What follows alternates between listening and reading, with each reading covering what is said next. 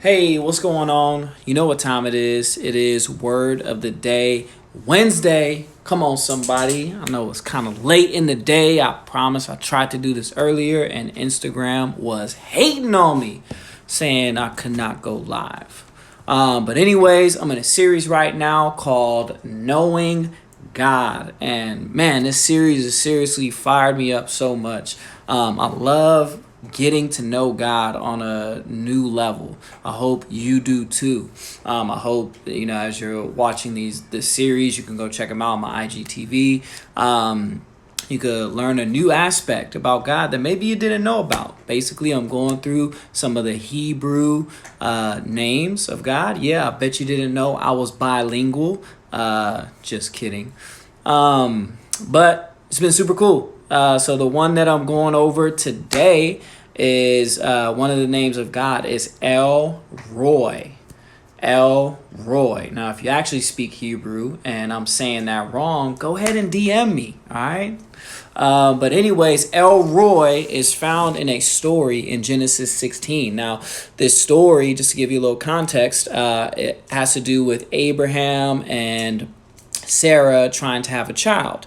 And if you have read that part of the Bible, you know that they're having a tough time, right? And so Sarah comes up with this bright idea to grab the maid servant, Hagar, and it's like, hey, why don't you try with her, since it's not working out with me, right?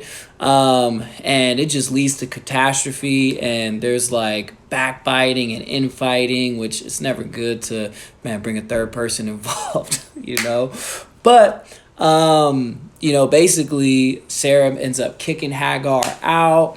And she is out there, by herself, or though she seems, right? So in 16, starting off in verse 7, it says, the angel of the Lord found her by a spring of water in the wilderness, the spring on the way to Shur.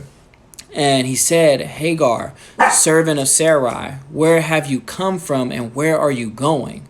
She said, I'm fleeing from my mistress, Sarai. The angel of the Lord said to her, return to your mistress, submit to her. The angel of the Lord also said, I will surely multiply your offspring so that they cannot be numbered for a multitude. And then just kind of gives these pronouncements, over her child, right? That, behold, you are pregnant, you shall bear a son, she'll call him Ishmael, because the Lord has listened to your affliction, and all this cool stuff, right? And so Hagar's response is she called the name of the Lord who spoke to her, you are a God who sees. You are the God who sees me. Right? Sees me in my affliction, sees me in my turmoil and my strife. And I think there's a particular sight that happens right here, right? Because, Hagar, was just following orders, was just doing what she was told to do, And I feel like there's some people on the other end of this camera where, you may feel like you've just been doing the right thing over and over again, and you feel unseen. You feel like nobody notices you doing the right thing. But I'm here to tell you that we serve a God by the name of El Roi, which is the God who sees.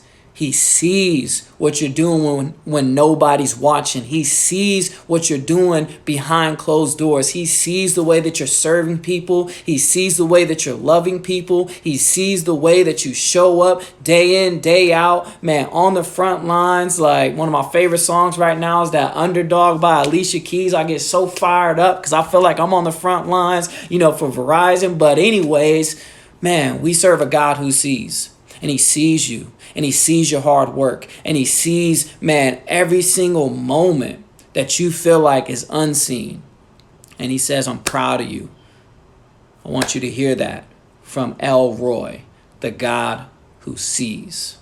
I always like to keep these short and sweet. I hope you got encouraged. I had to represent, Black Panther today. RIP, Chadwick Boseman. Hope you guys have a fantastic rest of your day.